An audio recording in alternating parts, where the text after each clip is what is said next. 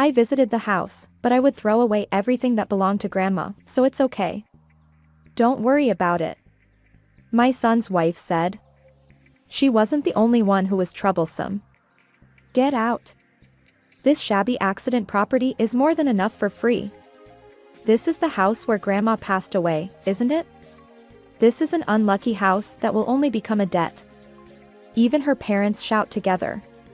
But that house. When I tried to say that. Okay.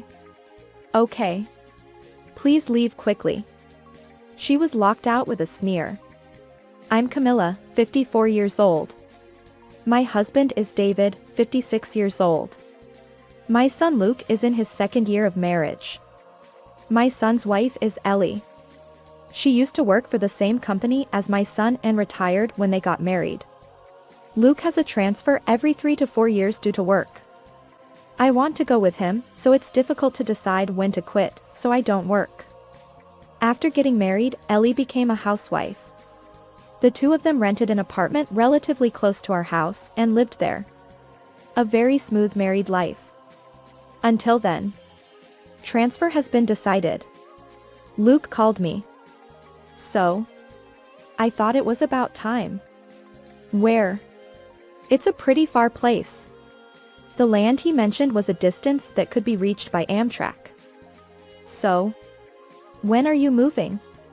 You should check out supermarkets and stuff when you get there, and you should move with plenty of time for Ellie. So I gave Ellie some advice. Then? No, that's not it. Luke hesitated for a moment. And he continued with the next words. I'm going to be transferred alone. What? I expected a transfer, but being transferred alone was too unexpected. It's different from what we talked about before we got married. But Luke said something even more unexpected. Hey. The house where Grandma who is hospitalized now lived. It's empty now, right? So? She said she wants to live there or something. What? What do you mean? My mother who is hospitalized does have a house where she lives alone. But she hasn't passed away yet, and we haven't even thought about what to do after that time comes. It doesn't make sense for my son's wife to use it as her residence without permission. And on top of that, she wants to live there. It's too incomprehensible. I'll take the phone. Please. I thought I'd talk to her firsthand. Hello, this is Ellie. She answered the phone smoothly. And before I could ask her anything, she started talking. People will eventually end their lives. So when do you think she'll pass away? What? That's not good luck at all. And it's too insensitive. So I want to move there within a month after her death. Wait a minute. Can we talk about Luke's imminent transfer first? You said at the time of your marriage that you wouldn't work so you could go wherever you wanted whenever he moved. I thought you were ready to go with him on his transfer. Then? Well, that's true. But the story has changed, hasn't it? I didn't know there was an empty house before we got married. If we have a house, I won't have to work anymore, right? And if we live with my father and mother, we won't have to pay for nursing care in the future. What? Huh? What did you just say? Are you going to live with your parents?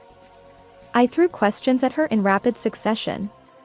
I didn't understand what she meant. Am I talking to an alien family? Are they going to use my mother's house as a base for conquering Earth? Wait. Can I talk to Luke? I think it will be a waste even if you talk. Bye. The phone was hung up. I couldn't talk with Luke. Of course, I immediately called Luke's smartphone. But he didn't answer the phone. I called him back many times, but he didn't answer. Was his wife telling him something right now? I told my husband what happened while my face turned pale. What? Naturally, my husband was also shocked.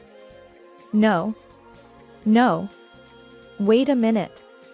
Your mother was already hospitalized at Luke's wedding, and Ellie has never met her. So, why do you have to donate the house to her in-laws? My husband had almost the same reaction as me. You think so too? I thought for a moment that my values were strange because she said it so naturally. But as we talked, we gradually calmed down. Well, of course, that kind of talk won't work. If you refuse, it'll be okay. That's right. If I don't give her the key, and if I don't give permission for inheritance, which will probably happen, it'll be okay. But the Space family hadn't given up on their ambition to conquer Earth. Then Luke went on a business trip alone, and 6 months passed. According to Luke, his wife wouldn't move no matter what happened, and the moving date came. Of course, she stayed alone in the neighborhood during that time and didn't contact me at all. And then, my mother passed away. She had received a life expectancy notice and had been hospitalized for a long time, so I was naturally prepared. However, the funeral was tough. It's often said that when you're in this situation, you only remember good things, but my mother was really warm-hearted. So even though I held such feelings, tears flowed when we said our final goodbyes.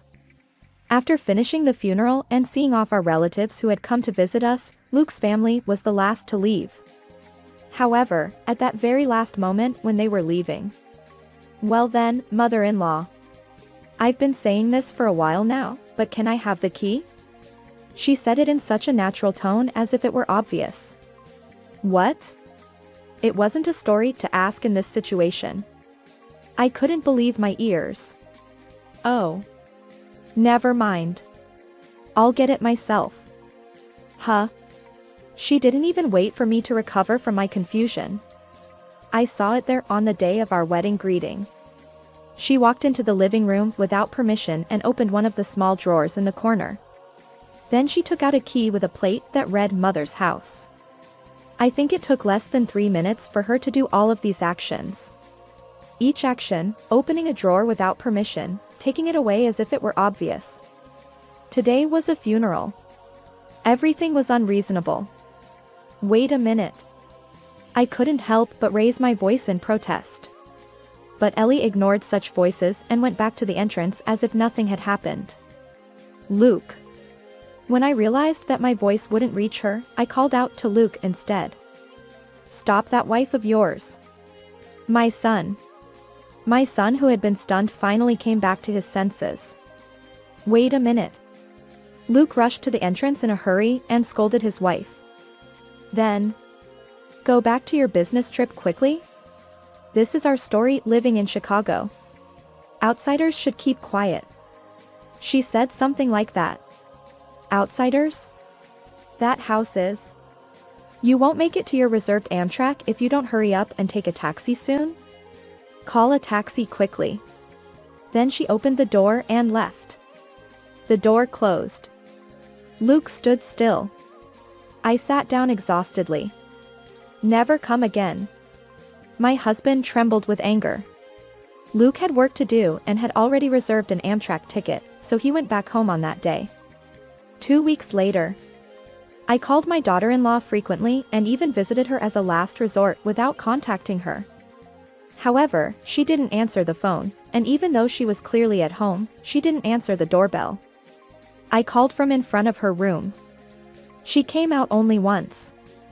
I looked around the house, but I would throw away everything that belonged to Grandma, so it's okay. Don't worry about it. When will she come to the empty house? I didn't even know about it, so I went to the empty house every day. Then one day, I saw a moving company entering the house. My husband and I rushed over. This house. I tried to protest to the 3 people who came out of the house.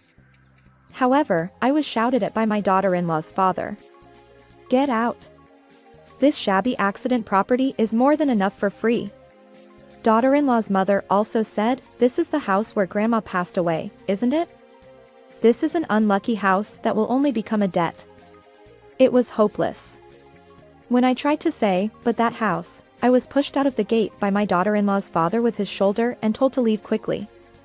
After that, no matter how much I rang the doorbell or what I did, there was no response. When I was about to leave, my eyes fell on a garbage bag. It contained a photo of my late father that my mother had decorated. Together with garbage. I took out the photo from the garbage bag. I'm sorry, Dad. I'll take you home. I'll clean you up. As tears flowed down my cheeks, I swore that this would definitely bring divine punishment and that I would never forgive them. At this point, it's not about rights to the house anymore. The Space family should go back to space. 1 month later. Luke returned from his business trip alone. He came back temporarily using the weekend. Apparently, he had finally taken a break from his relatively intense work. Let's go talk together, Luke suggested. The three of us went out together.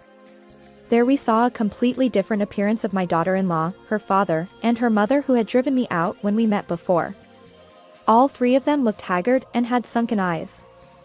I can't sleep, my daughter-in-law said with dark circles under her eyes. I hear noises like snap or rustle. I laughed softly.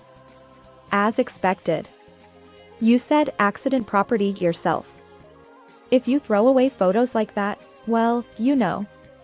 When you took over this house and I went to persuade you later and tried to say, but that house, you shut me out without listening and said okay. Please leave. This house is a house that my mother gave me saying, please take care of your father. What? It's their fault for not even listening to their wills. I explained it. Before his death, my father treasured my mother and me very much. He loved spending time with his family.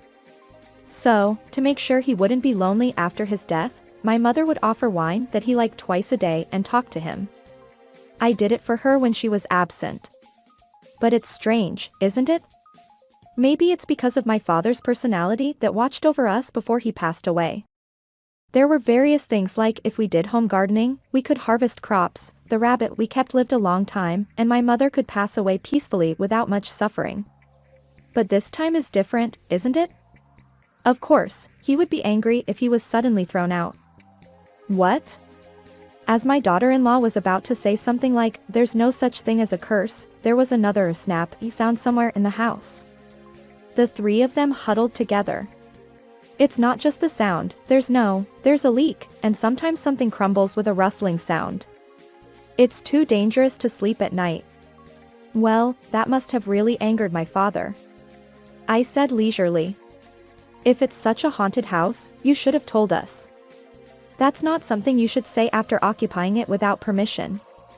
All three of them seemed unable to retort. Well, it's time to leave, my husband declared. What? Don't decide to leave on your own. When my daughter-in-law shouted, her mother joined in. My husband and I have always been renting. We were planning to move into a barrier-free apartment eventually. My husband replied nonchalantly. Then you should look elsewhere with the money for that barrier-free apartment. However, her mother said, we used all the money because our daughter brought up this house. We were really deceived. This thought process of occupying the house and pretending to be a victim. This has become a case where we must crush both the parent and child.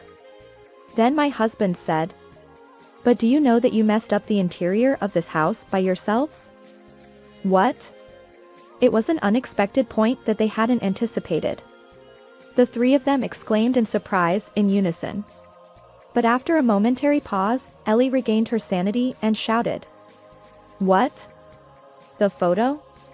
I threw away the photo. No. You guys knocked down the living room and the adjacent room. You called it remodeling.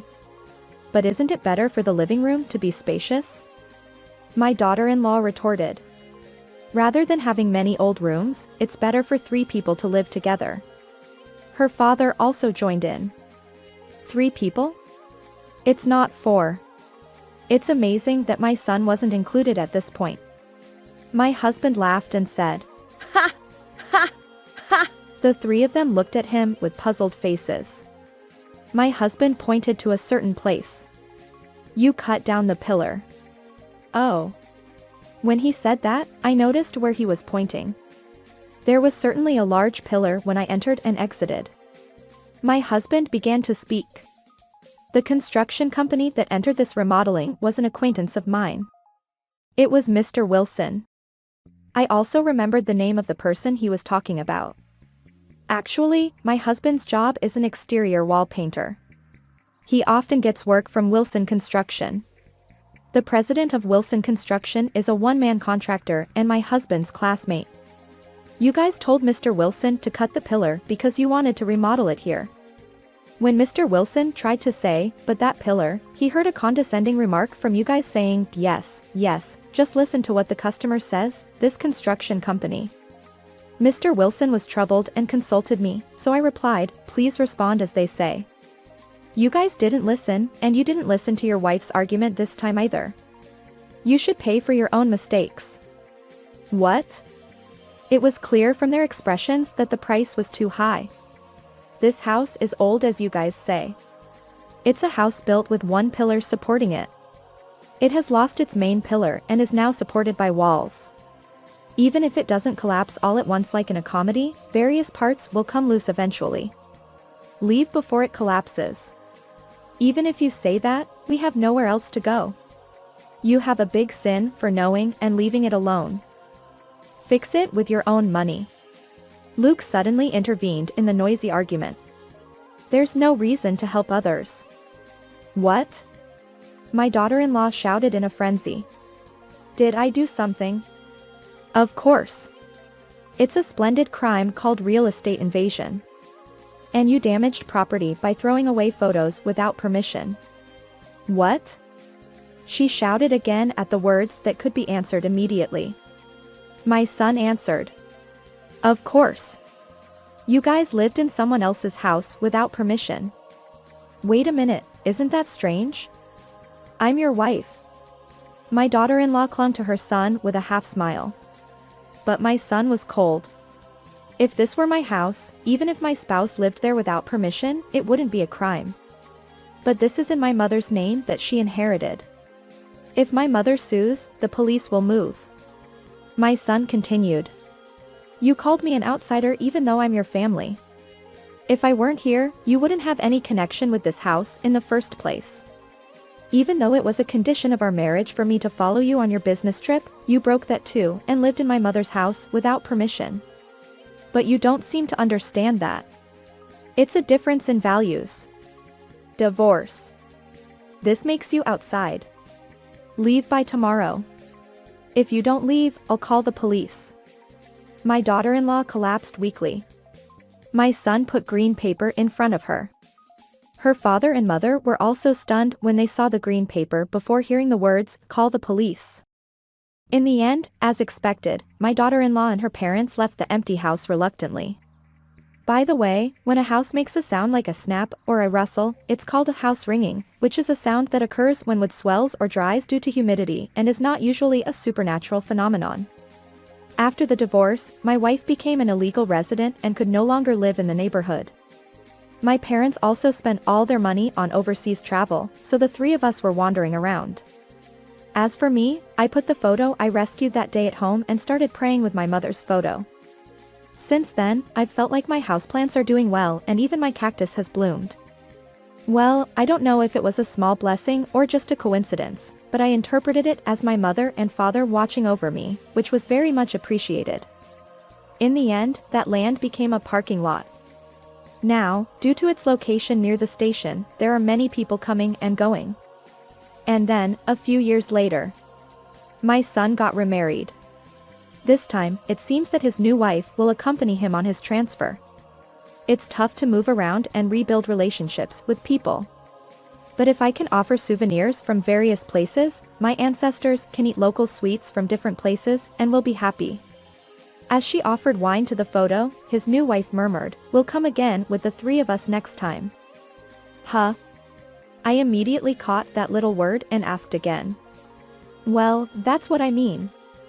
She smiled. The gentle scent of roses next to the photo seemed to waft through the air at that moment.